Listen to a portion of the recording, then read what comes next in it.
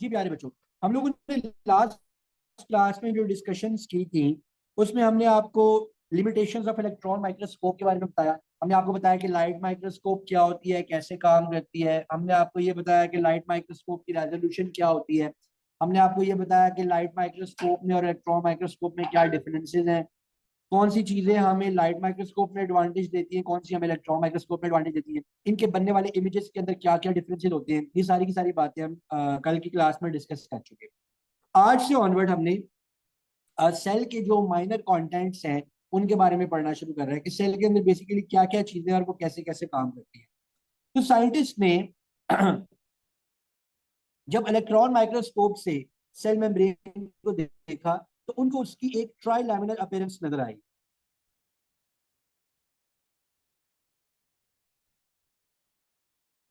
चला ये पंखा बंद ही कर दो। उनको एक ट्राई लैमिनर अपीयरेंस नजर आई। ट्राई लैमिनर अपीयरेंस उनको कैसे नजर आ रही थी? उनको ये कुछ ऐसे नजर आ रही थी, 1, 2 एंड 3। उनको ये तीन लाइंस बनती हुई नजर आ रही थी सेल मेम्ब्रेन।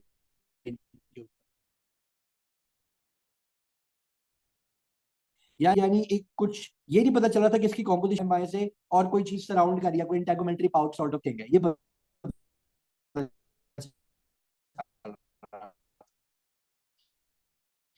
लेकिन कोई लैमिनर अपीयरेंस नजर आनी शुरू हुई। जब इनको ट्राई लैमिनर अपीयरेंस नजर आई तो इनको पता चला कि एक्चुअली सेल मेम्ब्रेन एक ऐसी चीज से बना हुआ है, एक ऐसे मॉलिक्यूल से बना है जिसको कि हम बोलते हैं फॉस्फोलिपिड। फॉस्फोलिपिड फॉस्फोलिपिड कुछ यूं नजर आता है हमें। इस फॉस्फोलिपिड में ऊपर हमारे पास एक हेड है और नीचे हमारे पास टेल्स हैं। ये हेड किस चीज का है और टेल्स किस चीज की है, अभी हम जरा ये डिस्कशन कर लेते हैं। ये हेड हमारे पास फॉस्फेट का हेड, क्या बोलते हैं, हाइड्रोफिलिक, ये वाटर लविंग है। और जो हमारे पास टेल्स हैं ये हाइड्रोफोबिक है। और फैटी एसिड चेन्स, ये क्या है, हाइड्रोफोबिक। हाइड्रोफोबिक हाइड्रोफोबिक इंटरेक्शंस मौजूद है।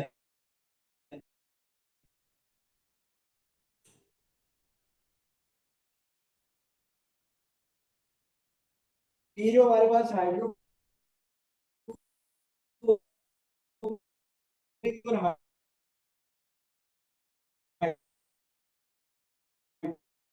हाइड्रोफिलिक इंटरेक्शंस मौजूद है, हम बोलते बारे में सुना हुआ है ना, एमसीक्यू। इसी तरह ये जो हमारे पास मॉलिक्यूल मॉलिक्यूल है, इसके अंदर दो क्वालिटीज हैं। एक ये कि इसका एक पार्ट वाटर लविंग है और इसका दूसरा पार्ट वाटर रेजिस्टिव है। ये वाटर रिपेलिंग। एक सेकंड लैंप ऑन हो जाए, होने लगेगा। जब हम आप खुद इमेजिन कर सकते हैं कि क्या होगा। ये होगा कि जब आप थोड़े से फॉस्फोलिपिड्स को पानी में डालेंगे तो हेड पानी की तरफ मूव कर देंगे, tails away from the water move करने की कोशिश करेंगे। इसी तरह अगर आप थोड़े ज्यादा फॉस्फोलिपिड्स को पानी में डालेंगे तो भी मामला थोड़ा सा डिफरेंट होगा। तो क्या होगा, अभी मैं आपको ड्रॉ करके दिखाता हूँ। जी उल्टे होगा। जी, अगर आप कुछ फॉस्फोलिपिड्स को वाटर सरफेस के साथ एक्सपोजर देंगे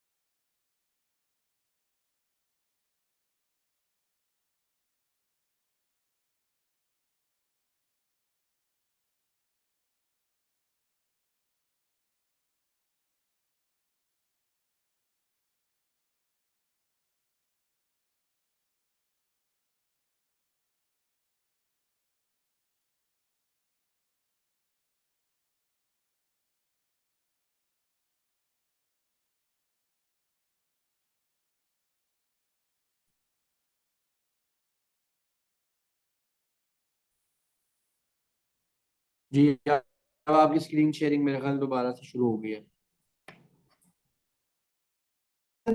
वो पानी से देंगे और को ऊपर की तरफ एक्सपोज कर देंगे और अपने जो फॉस्फेट हेड्स को की तरफ एक्सपोज कर देंगे।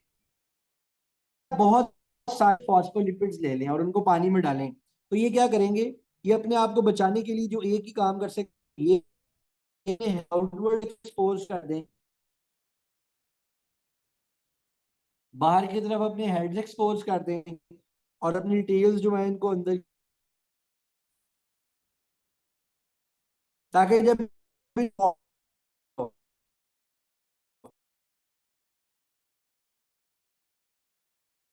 कि हेड तो आराम से वाटर पानी की तरफ मूव ना करना पड़े, क्योंकि कि ये वाला पार्ट जो है ये वाटर लविंग है, फिलिक, और ये वाला पार्ट जो है ये रिपेलिंग है, फोबिक, हाइड्रोफोबिक है। ये हमारे पास बेस बनती है सेल मेम्ब्रेन की। सेल मेम्ब्रेन में हमारे पास ये जो मैंने ऊपर आपको बताया ना कि ट्राई लैमिनर अपीयरेंस नजर आ रही थी, सेल मेम्ब्रेन को जब आप रियल टाइम में देखें तो ये आपको यूं नजर आएगी। ऊपर भी हेड्स होते हैं, नीचे भी हेड्स होते हैं, अंतर्गत फॉस्फोलिपिड की टेल्स मौजूद होती हैं। यहाँ पर आपके पास टेल्स मौजूद होती हैं। सो ये आपको एक ट्राई लैमिनर अपीयरेंस आपकी इलेक्ट्रॉन माइक्रोस्कोप के अंदर नजर आ रही होती है। और याद रखिएगा कि इनका आउटर और ये भी मगर सेल मेम्ब्रेन की ये जो वाली जो साइड है within the cell membrane, ये वाला जो पार्ट होता है ये नॉन एक्वस होता है, नॉन एक्वस। ये वाटर लविंग नहीं होता, ना ही वो पानी में डिजोल्व होने वाली चीजों को इनकरेज करता है और आसानी से अपने अंदर से मूव करने देता है, राइट। सो ये बेस है हमारे पास सेल मेम्ब्रेन की। सो हमारे पास ये जो फॉस्फोलिपिड्स हैं, राइट कोई लेफ्ट, कोई राइट, कोई लेफ्ट, यानी कि ये हमारे पास फ्लो कर रही होती है। हमारे पास this is something that flows, इसीलिए हम इसको बोलते हैं it's a fluid model, fluid model. और हमारे इस सेल मेम्ब्रेन के अंदर जो प्रोटीन्स होती हैं वो किसी फिक्स पैटर्न में अटैच नहीं होती, रैंडम पैटर्न में अटैच होती हैं। कोई प्रोटीन यहाँ होगी, कोई प्रोटीन यहाँ होगी, कोई प्रोटीन सिर्फ अंदर होगी। रैंडम पैटर्न में हमारे पास यहाँ पर प्रोटीन्स मौजूद होती हैं, इसीलिए हम इसे बोलते हैं it's a fluid mosaic model, mosaic model. Mosaic means a random pattern, it no uniformity in it. कोई ये बेस नहीं है, कोई हमारे पास वजह नहीं होती कि ये इतनी देर बाद मिलेगा, इतनी देर बाद मिलेगा, नहीं। It's like a free flee floating things, जो कि जैसे आइलैंड्स या आइसबर्ग समंदर के अंदर मूव करते रहते हैं। ये जैसे कि आज कहीं है कल कहीं और है, इसी तरह ये भी सेल मेम्ब्रेन के अंदर मूव करते हैं। सो सेल मेम्ब्रेन की बात शुरू करते हैं की भी है, स्लाइड पे देखते हैं कि क्या है। या बेटे सबसे इंपॉर्टेंट बात यह है कि आपको याद रखना है कि सेल मेम्ब्रेन की थिकनेस कितनी है। सेल मेम्ब्रेन की थिकनेस जो है वो वेरी करती है, 5 नैनोमीटर से लेके 7 नैनोमीटर तक। ये सेल मेम्ब्रेन की जो थिकनेस है ये वेरी करेगी, 5 to 7 नैनोमीटर। देन और ये जो ट्रायलैमिनर अपीयरेंस है ये 100,000 मैग्निफिकेशन के ऊपर नजर आना शुरू होती है, 100,000। कहते हैं कि एनिमल सेल्स में तो ये बिल्कुल ही आउटर बाउंड्री है सेल की, लेकिन प्लांट्स और प्रोकैरियोट्स में इसके बाहर एक और चीज होती है जिसको हम सेल वॉल कहते हैं। एनिमल सेल्स में तो यही मैक्सिमम चीज होती है जो कि हमें नजर आ रही होती है, लेकिन प्लांट्स में और प्रोकैरियोट्स में इसके बाहर सेल वॉल भी मौजूद होती है। आपको पता है प्लांट्स की सेल वॉल सेल्यूलोज की बनी हुई है, और जो है हमारे पास फंगस उसकी सेल वॉल काइटिन की बनी हुई है, राइट। कहते हैं ये मेम्ब्रेन क्या करती है, सेपरेट करती है और प्रोटेक्ट करती है हमारे सेल को from its surrounding environment. And it is made up of mostly a double layer of phospholipids which are amphiphilic, means partially hydrophobic and partially hydrophilic. जो मैंने अभी आपको बताया कि एम्फीफिलिक का मतलब क्या होता है। इसीलिए हम इसको फॉस्फोलिपिड की बायलेयर बोलते हैं। बायलेयर, बायलेयर मींस कि ऊपर भी फॉस्फोलिपिड्स है, नीचे भी फॉस्फोलिपिड्स है।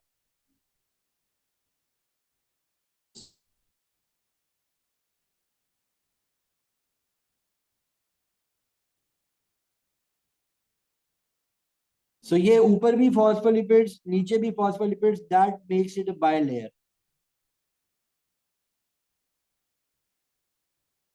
ऊपर भी फॉस्फोलिपिड, नीचे भी phospholipid, that makes it a bilayer.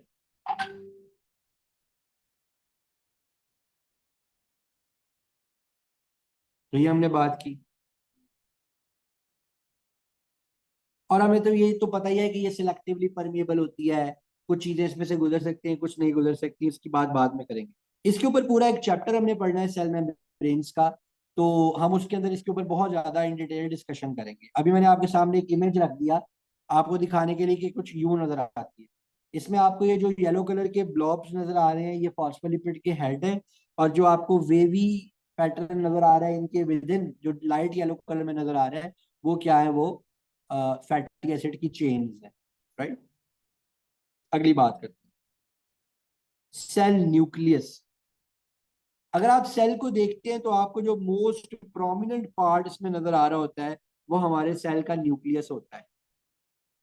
हमारे जो न्यूक्लियस है, पहली बात तो ये कि आपको ये डबल मेम्ब्रेन की फॉर्म में नजर आ रहा होता है। ये आपको डबल मेम्ब्रेन की फॉर्म में नजर आएगा। ये जो पार्ट है इसको हम बोलते हैं nuclear membrane.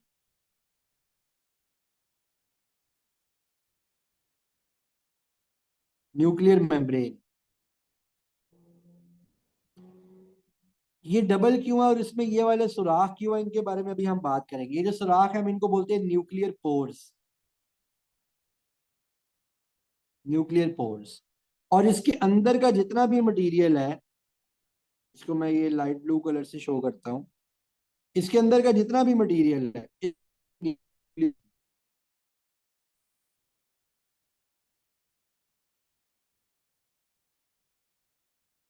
This is all nucleoplasm.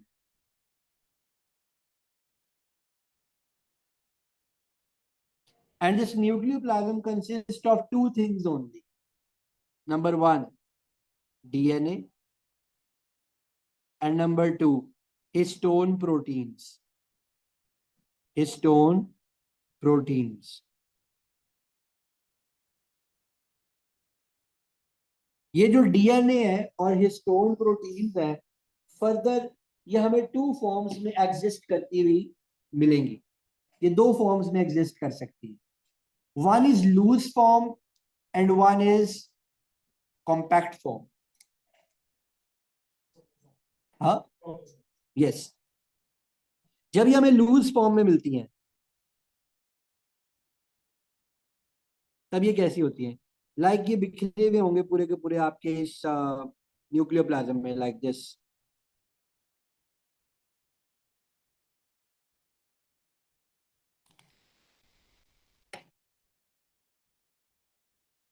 यहां पर हम इन्हें बोलेंगे क्रोमाटिन। क्रोमाटिन। और हमें ये कॉम्पैक्ट फॉर्म में भी मिलती हैं।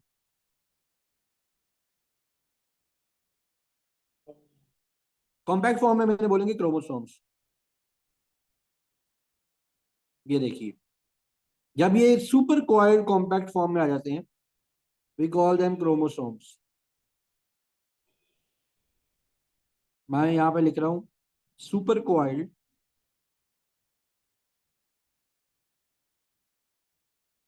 क्या चीज बेटे?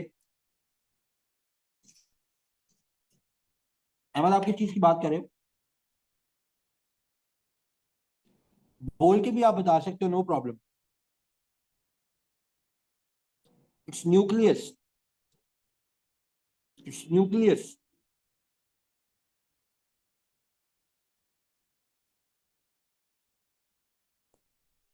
इट्स बेटा। अभी क्रोमोसोम्स क्या है? ये हमारे पास सुपर कॉइल्ड कॉम्पैक्ट स्ट्रक्चर्स हैं।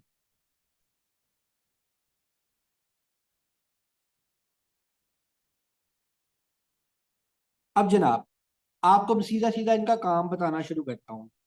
इसके अंदर जो हमारे पास डीएनए मौजूद है बेटे, इस डीएनए से क्या बनता है? इस डीएनए से पहले बनता है आरएनए। आरएनए क्या है? आरएनए कॉपी है डीएनए की। ये कॉपी क्या लेके जाती है? ये कॉपी लेके जाती है इंफॉर्मेशन। और किसके किसके लिए इंफॉर्मेशन? किसकी इंफॉर्मेशन है? How to make a protein. Information है how to make a protein. That's it. DNA में सारी इंफॉर्मेशन इसी चीज के कि प्रोटीन कैसे बनेगी, और कुछ नहीं। अब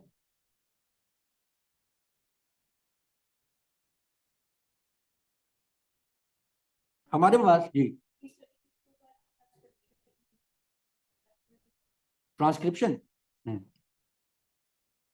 डीएनए से आरएनए का बनना, इट्स लाइक अ ट्रांसक्रिप्ट, तो वी कॉल इट ट्रांसक्रिप्शन। आपने ट्रांसक्रिप्शन का प्रोसेस पढ़ लिया स्कूल में? थोड़ा बहुत बताया होगा मैंने इसके बाद। तो इसमें इंफॉर्मेशन होती है how to make a protein, right. अब दूसरी बात, यहां पर एक और चीज आपको नजर आ रही है, दैट इज न्यूक्लियोलस। न्यूक्लियोलस, इस न्यूक्लियोलस का भी बड़ा इंपॉर्टेंट काम है। एक तो ये राइबोसोम्स बनाता है। राइबोसोम्स क्या होते हैं? ये आप में लिखे, ये तो मैं आपको छोटे छोटे डॉट्स दिखा रहा हूं ना, दीज आर राइबोसोम्स। राइबोसोम वो जगह होती है जिसके ऊपर प्रोटीन को मैन्युफैक्चर किया जाता है, वो असेंबली है जिसके ऊपर प्रोटीन को मैन्युफैक्चर किया जाता है।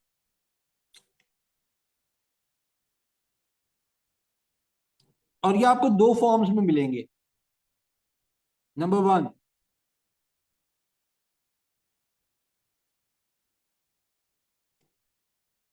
लूज या freely moving. I am talking about ribosomes. या तो आपको फ्रीली मूविंग मिलेंगे in cytoplasm,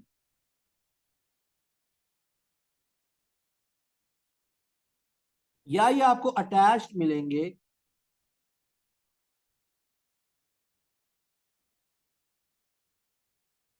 with reticulum. Yes, इनकी प्रेजेंस की वजह से ये रेटिक्यूलम रफ कहलाता है। We call it rough endoplasmic reticulum. I am going to talk about it further, so मैं अभी इसको यहीं पे रोक रहा हूं।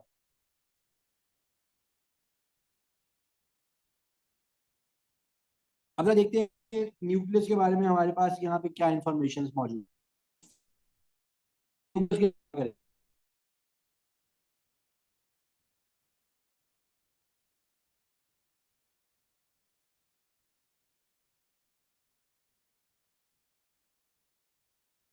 नंबर वन, कहता है सेल का इंफॉर्मेशन सेंटर है और बहुत बड़ा ऑर्गेनल है, ऑलमोस्ट 7 माइक्रोमीटर का ऑर्गेनल है। मैं आपको इस चैप्टर के एंड पे एक चीज दूंगा जिसके अंदर मैंने एक स्लाइड दूंगा जिसमें मैंने सारे के सारे उसके साइजेस और उनके काम लिखे हैं, और उसका आपको बहुत फायदा होगा मल्टीपल चॉइस क्वेश्चंस के अंदर। कहता है ये वो जगह है कि जहां पर सेल के क्रोमोसोम्स रहते हैं। ये वो जगह है जहां पर डीएनए की रेप्लिकेशन होती है और आरएनए बनता है।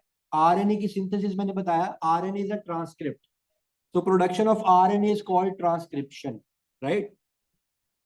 स्फेरिकल होता है और साइटोप्लाज्म से डबल मेम्ब्रेन के थ्रू अलग होता है, जिसको हम न्यूक्लियर एनवेलप कहते हैं। I told you this. Outer membrane is continuous with rough endoplasmic reticulum. ये देखिएगा, यहां पर ये जो आउटर मेम्ब्रेन है इसको हमने कंटिन्यू करवा दिया विद रफ एंडोप्लाज्मिक रेटिक्यूलम। अभी हम इसके ऊपर बात करते हैं। अब बता दें कि जो न्यूक्लियर एनवेलप है ये क्या करता है, आइसोलेट करता है और प्रोटेक्ट करता है सेल के डीएनए को मुख्तलिफ मॉलिक्यूल से, कि वो कहीं उसको डैमेज ना कर दे। जब डीएनए ट्रांसक्राइब हो रहा होता है, यानी आरएनए बन रहा होता है जिसे हम मैसेंजर आरएनए बोलते हैं, फिर ये मैसेंजर आरएनए ट्रांसपोर्ट होता है आउट ऑफ द न्यूक्लियस, जिससे प्रोटीन्स बनती हैं। और ये अभी हम इसके ऊपर बात करेंगे कि ये न्यूक्लियोलस से बाहर कैसे आता है, क्यों आता है। अच्छा, फिर वो बता रहे हैं कि न्यूक्लियोलस हमारे पास है 2.5 माइक्रोमीटर का, जो कि विद इन द न्यूक्लियस मौजूद होता है, जहां राइबोसोम्स को असेंबल किया जाता है। और प्रोकैरियोट्स में DNA processing take place in cytoplasm. ये अब हमने इन न्यूक्लियस के बारे में कुछ इंफॉर्मेशन इकट्ठी की। अब देखते हैं कि इस इंफॉर्मेशन की डायरेक्ट एप्लीकेशन हम कैसे कर पाते हैं।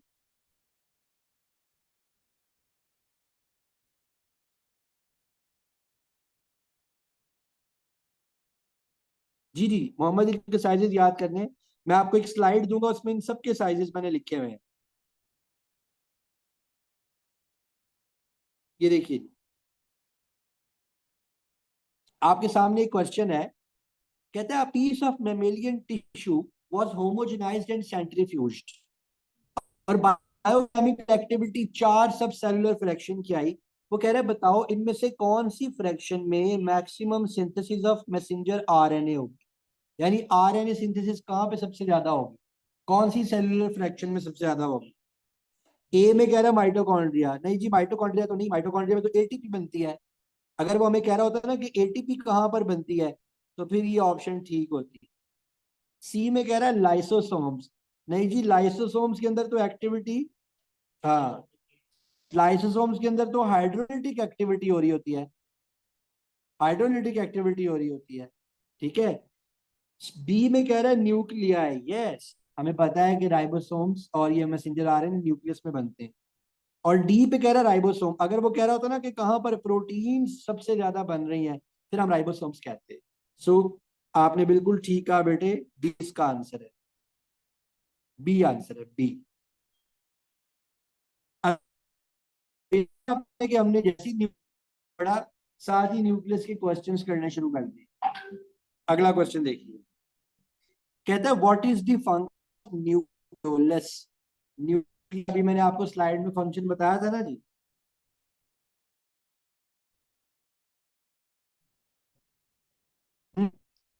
दस प्रोटीन किसी न्यूक्लियो, तो सी। जी जी हाँ, एंडोप्लाज्मिक रेटिक्यूलम, न्यूक्लियर इनवेलप। शाबाश।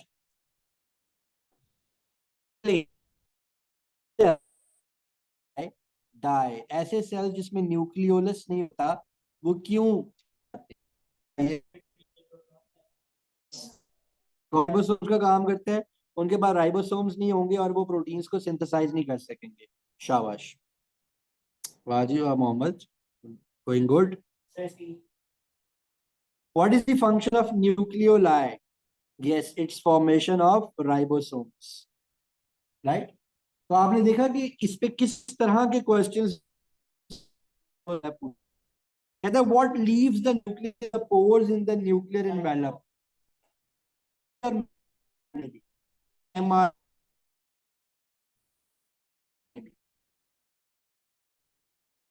कहता है which nuclei or they do not have what।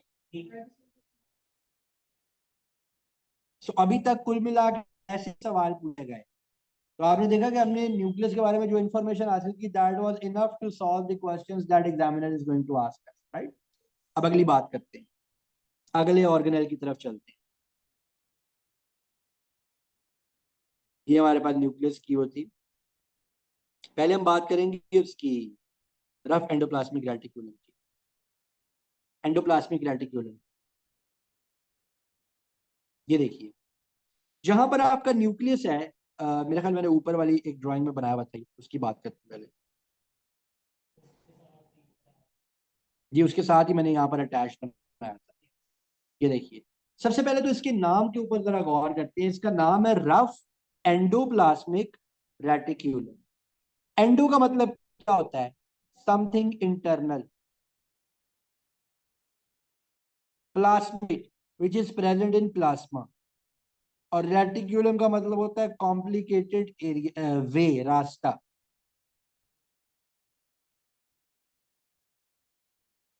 अब ये वर्ड यहां पर आप देख रहे हैं, हमने लिखा हुआ रफ।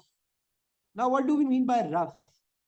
एक्चुअली ये जो प्रेजेंस ऑफ राइबोसोम्स है ना, that makes it rough. Presence of ribosomes, this makes it rough. Now the question is, actually protein production is dependent upon ribosomes. Ribosomes are the area where proteins are made. Then why do we have this endoplasmic reticulum? Because endoplasmic reticulum is actually responsible for transport of these proteins to wherever they want to transport, right? So हमारे पास जो rough endoplasmic reticulum है, for production and transport of proteins.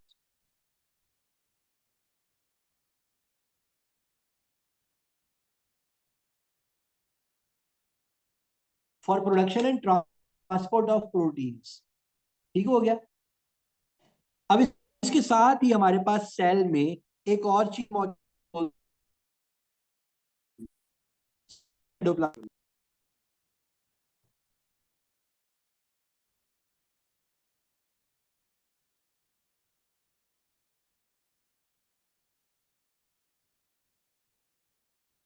ये क्या करता है smooth endoplasm? It is responsible for the production of steroids plus fats in the body. अब जो steroid based hormones है, मिसाल के तौर पर एस्ट्रोजन, प्रोजेस्टेरॉन, टेस्टोस्टेरोन, ये सारे के सारे हमारे स्मूथ एंडोप्लाज्मिक रेटिक्यूलम के अंदर बन रहे होते हैं। वो लाइसोसोम्स करते हैं। ये देखिएगा, इट लुक्स लाइक दिस।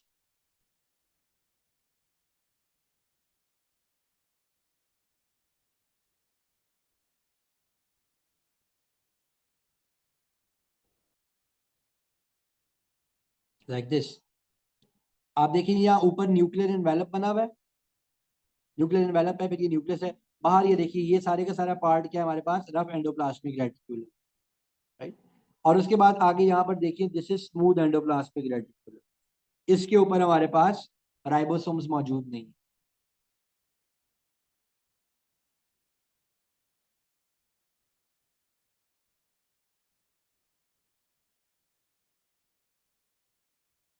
तो इनका काम देखते हैं।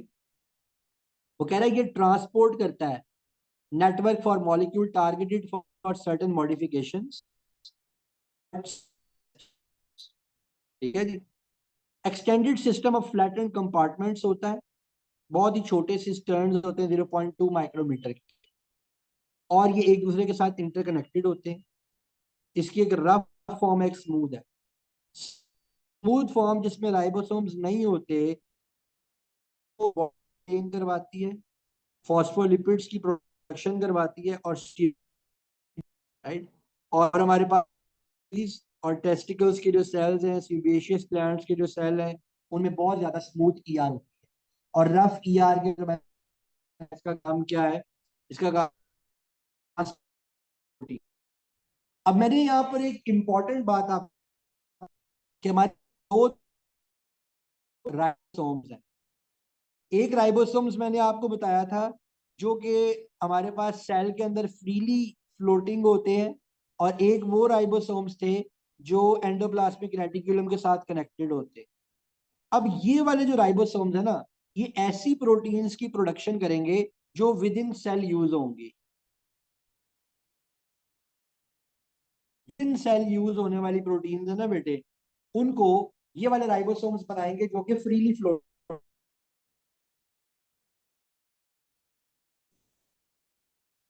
और जिन्होंने सेल से बाहर निकल, जो एक्स्ट्रा सेलुलर होंगे, प्रोटीन्स, उनको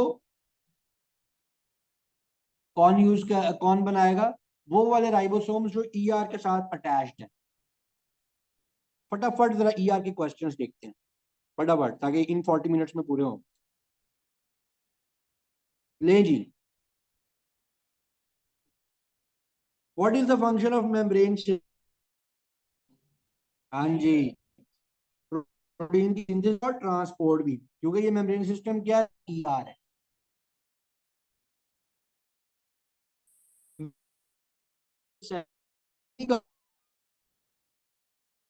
एंडोप्लाज्मिक रेटिक्यूल और गोल्गी, माइटोकॉन्ड्रिया में क्रिस्टी मिलते हैं हमें, cristae. What is the function of membrane? ये वही सवाल रिपीट है। प्रोटीन सिंथेसिस एंड, कहता है ये कोई ना कोई सेक्रीट कर रहा है, these enzymes made। शाबाश, ये सी के ऊपर बन रहे हैं because see rough endoplasmic reticulum. SER के क्वेश्चन देखिए, क्या फंक्शन है जी स्मूथ एंडोप्लास्मिक रेटिक्यूलम का?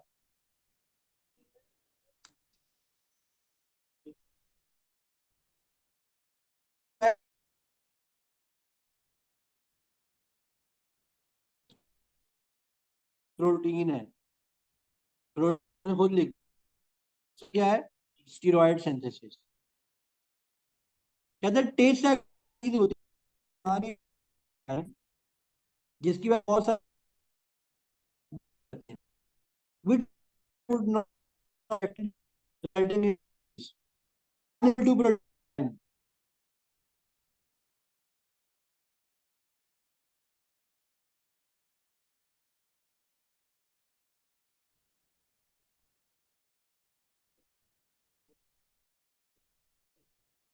क्यों?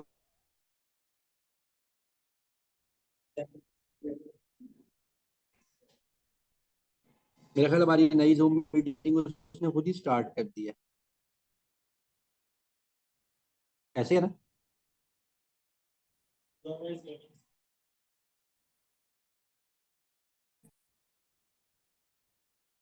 और रिकॉर्डिंग भी खुद ही स्टार्ट कर दी है। Nice।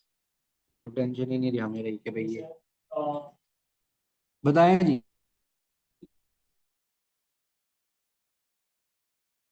Of certain lipids,